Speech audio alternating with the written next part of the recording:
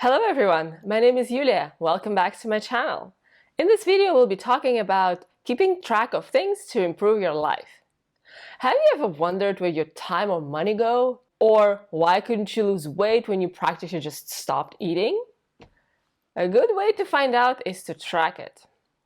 In this video, I'll be talking about 7 things that I track to improve my life, how and why it works for me, and perhaps can also work for you. If you're interested, please keep on watching.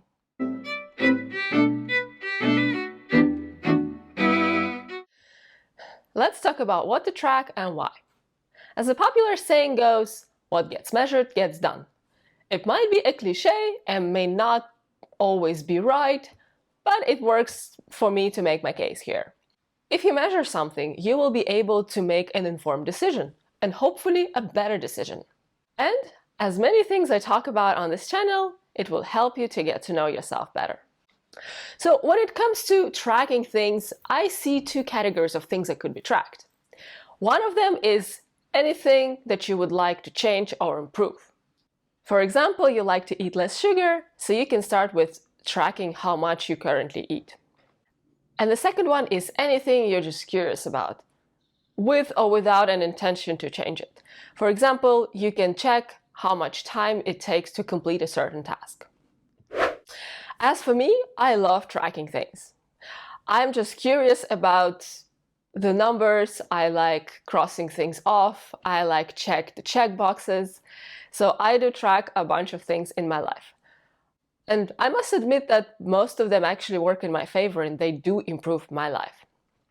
So these are the 7 different categories of things that I track in my life. First one, weight. Okay, I know that a lot of specialists don't recommend tracking weight every day, but I do it daily or almost daily, and I put it in my MiFit app. So I have a watch that tracks my activity, and the app also had a section for the weight, and this is where I keep track of the weight as well. I know that with the quarantine, I tend to move a little less and eat a little more, so it's important to keep some healthy weight boundaries. I do find it important, does not necessarily have to work for you. Number 2, sleep.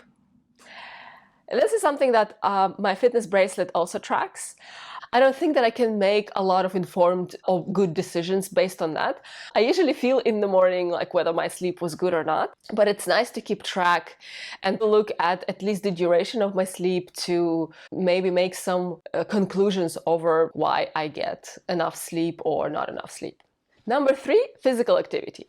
So here I track my steps using my fitness bracelet and my workouts. So I have a table in Notion with certain activities that I would like to do daily, and workouts are one of them. Okay, they are there for every day, but I do realize I don't do them daily. But I would like to keep track of, for instance, how much physical activity I do per month. So I strive to have like 2 to 3 workouts a week, plus everyday walks. And number 4, reading. Reading is also one of these things that I would like to do daily and that I also track daily. I really like reading books, and I try to do this 21 for 21 thing that I learned from Gretchen Rubin. And one of the things in that 21 for 21 list is 21 minutes of reading every day. What's important for me is to find time every day to read a book. Number 5. Learning. Currently, one specific learning point that I have is German, so I have some lessons that I do myself, and I learn the words, and I have a couple of apps to train the vocabulary, so I track my activity doing that. Besides German, I usually track courses if I take any of them. I usually make a table for myself with every task that I have to do, all the tests that I have to pass, and with the status of each one. And I try to keep the deadlines in check as well if they're present. And personally, when it comes to learning, I prefer classes that have deadlines because it disciplines me to actually complete them. Number 6, performance at work. I decided to approach this in a very structured way. I got an advice from my mentor to create a survey for myself that I can fill out every day at the end of the workday. So that survey consists of certain activities that I would like to do more, certain skills that I would like to practice, and there are questions related to my mood, and there's also like some open-ended question for overall comments about the day. It helps me to get the evidence whether I'm making progress or not, and it also helps me a lot to pay attention to these things that I would like to improve. So I really recommend that if you would like to improve your performance at work in certain areas, create a survey for yourself and pay attention to these things daily. And number 7, last but not least, is money. Well, money is one of the most important things that I track.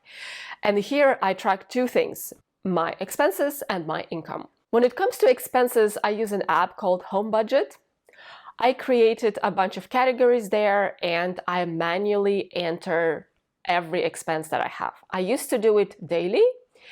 Now I do it perhaps once a week. Of course, if you don't do it very often, then it's a lot of hassle to get everything and put it into the app. Unfortunately, when I started, my banking app had absolutely no system to help me with tracking my expenses. I know that manual input is more work, but I see a couple of advantages there. First of all, you can set it up the way you want it, and the whole point that you actually have to look at the numbers and put those numbers yourself also make you aware of these numbers much more. I find separate apps more convenient to track expenses, and I don't necessarily would like them to access my bank data.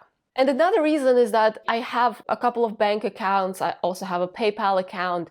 So it's not that all my expenses are actually happening from one account. So I do have to consolidate that. I track my expenses since January the 1st, 2017. So I am approaching a 5-year mark. Since then, I got a very good idea of where my money goes, how much I spend on a monthly basis. It makes me plan my financials much better. Starting 2020, I begin budgeting as well. It actually started with my trip to New Zealand, which was pretty expensive. And when I was back, I continued regular budgeting for my, day-to-day expenses. So I have a sum for a month and I have separate amounts of money that I spend on different categories. It keeps me aware of where my money goes. The second thing that I track is my income. My main source of income is my salary. I also teach a course on Skillshare, so I got a bit of income from there. And I also track my investments. So what I do, I literally go through all the accounts that I have on the first day of the month in the morning. I literally put everything in an Excel sheet and I just keep track of all these numbers. I can't deny I do love numbers. To these 7 categories, I would like to add another 2. One would be water. I kind of have an idea that drinking water helps me feel better, but I would really like to see that link. And another thing I would like to track is time that I spend on social media. Here, I only want to know. I'm not sure that I want to make any changes to that just yet. And the second thing is, certain tasks, because sometimes I think that things take this much time, but they actually take much longer. So I would like to know for sure. I would like to see how much time I spend on certain activities and perhaps improve my productivity rates. I don't have a specific plan just yet. All right, my friends, that was it for this video. These are all the things that I track in my life. I love tracking. I love the numbers. I love seeing some results out of those numbers. Let me know, do you track anything? Would you like to start tracking after this video? And as usual, thank you so much for watching. I really appreciate that. If you like this video, you know what to do. Hit that like button, subscribe to my channel if you still haven't. Like that, the algorithm would show this video to other people that might enjoy it as well. Have a great day and see you next week. Bye!